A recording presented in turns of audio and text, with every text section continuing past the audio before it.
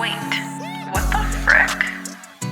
Hello and welcome back to What the Frick podcast. I am so sorry for my regular listeners who did not get an episode last week. I apologize. I was super sick to the point where I actually lost my voice for about 3 days. Couldn't talk at all, couldn't FaceTime anyone, couldn't talk to my roommate. It was actually very lonely and depressing to the point where I was like, I physically cannot talk to anyone. I need my voice back, especially for this podcast. I'm not sure if you guys can hear it now, but it's been a little over a week since I was sick, and honestly, my voice is still kind of getting back to its full normalcy, so I do apologize for that, but I'm back. So for this week, I wanted to just give you guys sort of a mini life update. You know, it's the end of the year coming up, and I have some things planned and realized I just haven't really talked about myself. So uncocky of me, I know, and just what's going on in my life. So here is that little life update for you guys. This kind of just feels like a big long journal entry. I haven't really planned out what I'm gonna say, so here we go. So last week when I was really sick, like I said, there was honestly no good shows really to binge. Luckily, the Netflix series Wednesday had just come out, so that was like my one thing that I watched pretty intensely. I liked it a lot. I thought Jenna Ortega did a great job. I didn't grow up watching The Addams Family, so I didn't really have that same connection that I know a lot of people my age have, so I was kind of sad about that. But overall, great show and very excited for season 2, and was more excited that it just kept me entertained while I laid in bed recovering my voice. Another show that I've been watching that just had its season finale was season 2 of The White Lotus. I cannot recommend this show enough. I actually was rewatching season 1 in order to prepare for season 2. And I do this a lot with shows. I love rewatching either the season right before it or honestly the whole series if a new season's coming out. I did it for Stranger Things when they finally released the new season earlier this year. And I did it kind of backwards. I actually went and watched season 3, and then I was like, you know what, I'm gonna just watch season 2 and then season 1, and then season 4 came out, so that was great. But for those of you who do watch The White Lotus, you all saw what happened. No spoilers here. This is not one of those podcasts, but it was crazy, and I just love that show and the overall. I think the storylines are crazy. The actors are absolutely beautiful, all of them, and all so well done. And the ending of that episode was, I mean, it was crazy. I'm not going to give it away, like I said, but if you have not already seen this show, it comes highly recommended, to say the least. So to get off the topic of TV shows, something fun that I did this past weekend was I actually threw a Euphoria themed party. And the reason I did this is because 1, why not? But 2, I missed Halloween this year because I was actually out of town working, and I couldn't go out, I couldn't get dressed up, I couldn't do any of it, and I was kind of sad about it.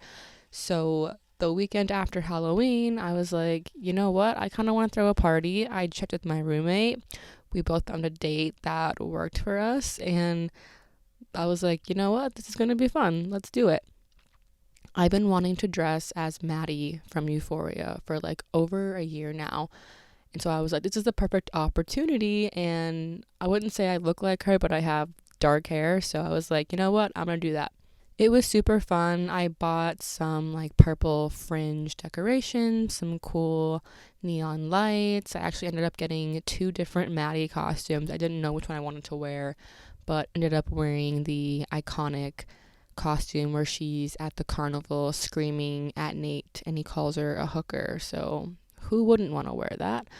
And it was really fun. It wasn't that big of a party, just, about 10 people or so, but, quality over quantity is what they always say.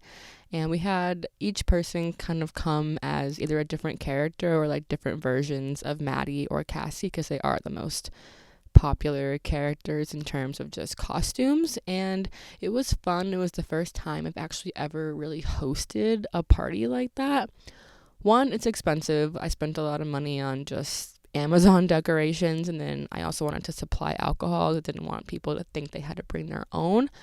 And then just the act of getting our apartment ready and then cleaning it afterward and kind of making sure everybody felt comfortable and knew each other is a whole other thing. But it was super fun, and honestly I probably won't host something again until I get either a bigger apartment or a house, just because it was so much work trying to move the furniture around. But overall, I'm really glad I did it. I got some really cool pictures. I've been making TikToks.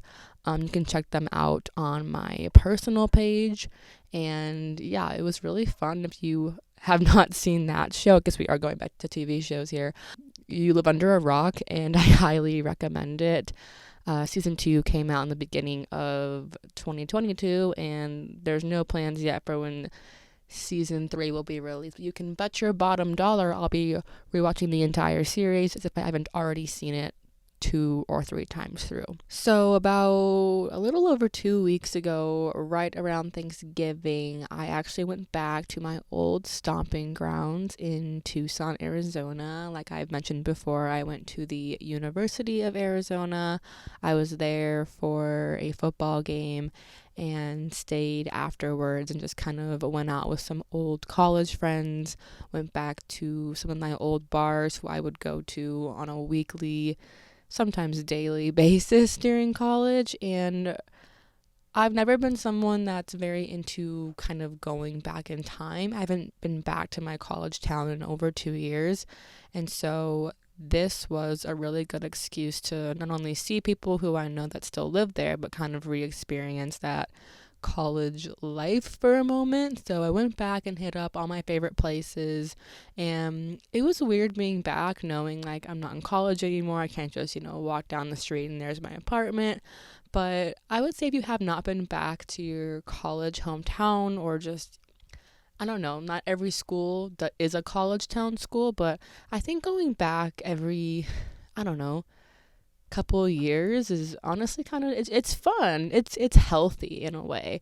And I'm lucky that I only live about 2 hours away. I know some people live a lot farther, so it can be difficult. But take your boyfriend, your girlfriend, whoever, text your college friends, plan a weekend, because now I just really want to go back and spend a whole weekend there, just kind of reliving that college memory. Now that I think about it, I wonder if that's where I ended up getting sick, because I was around a bunch of college kids. So that would actually add up.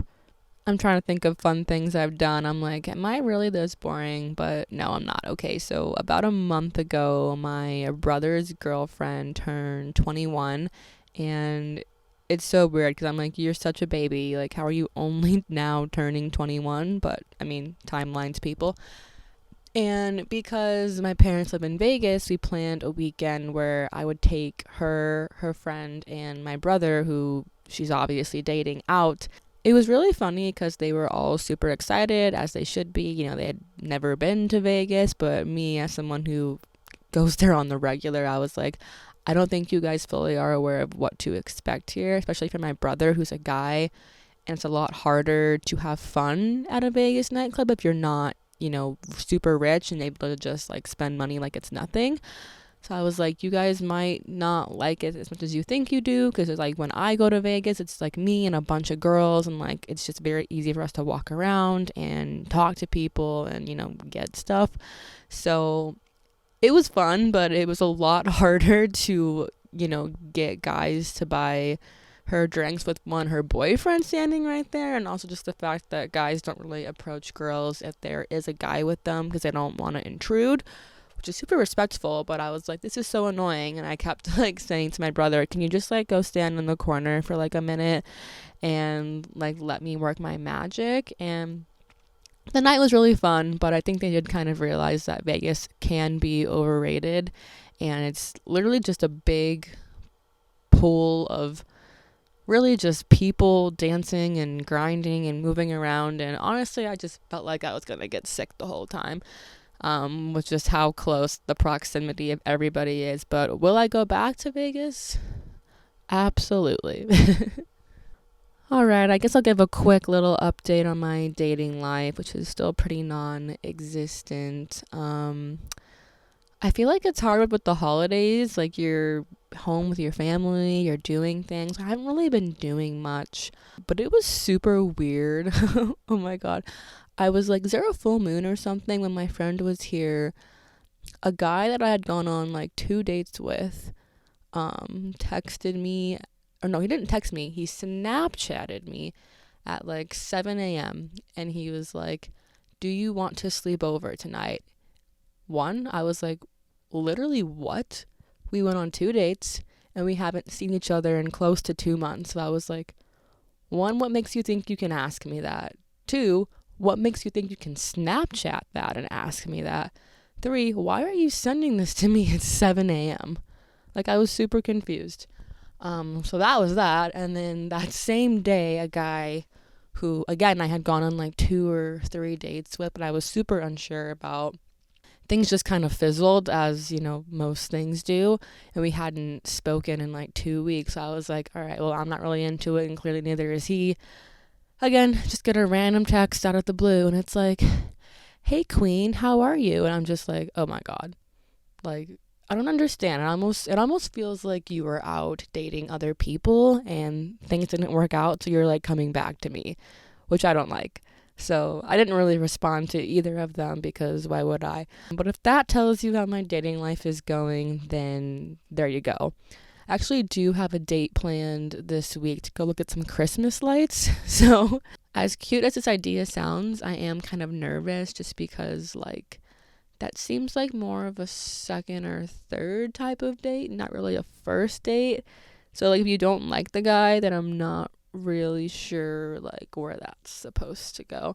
But regardless, I'm gonna look at some Christmas lights, and I'm a very Christmas festive person. I love looking at lights. I love watching all the Christmas movies. Home Alone is an absolute must, seeing both of those every December. I still got to get on that for this year. But yeah, that is the current update on my dating life. Maybe I'll have better updates in 2023. Probably not, but we'll see how that goes. I'm going to end this podcast by discussing probably the two most important things that I accomplished this year, and that was getting a pre-sale code from Ticketmaster for both the Taylor Swift tour and the Morgan Wallen tour.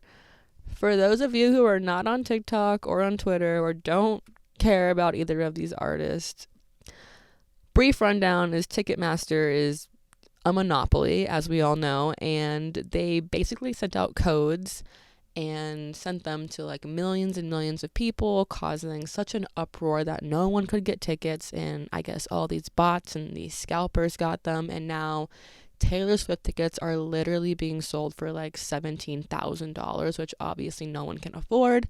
So that was absolutely insane. But I was very lucky, and one, I got a pre-sale code. Two, I live in Arizona, and we are one of the only states that was using SeatGeek instead of Ticketmaster. So because when I logged on, there was no other people on that website, you know, trying to get tickets like this. I got in within 4 minutes, grabbed my seats at face value, very good seats by the way, and got out.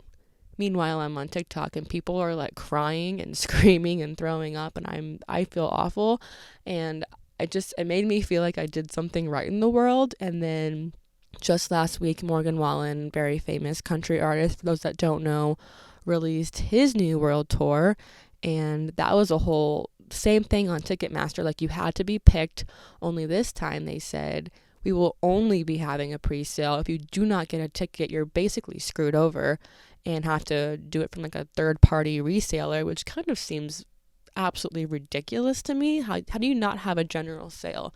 But I think because of the Taylor Swift fiasco, they were kind of trying to do some like damage control, which makes sense, but something just needs to be changed. And there were a lot of artists tweeting about how they don't like Ticketmaster, and so I'm curious to see if anything changes in the next few months or so regarding ticket sales and how it's processed.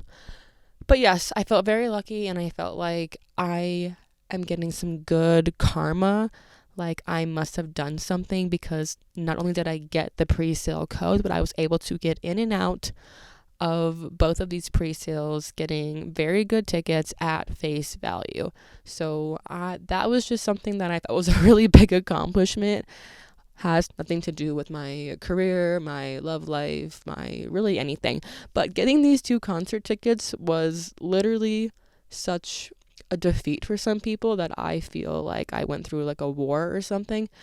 Super dramatic to say, but I'm very happy about it, and I want to end this podcast here.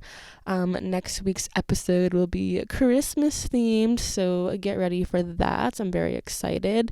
And with that, I will see you guys next week, and hopefully my voice gets even better because I can hear it right now. I haven't talked this much in a row in probably 10 days, so I gotta go drink some water. But thank you all so much for listening and staying with me, and I will see you guys next week.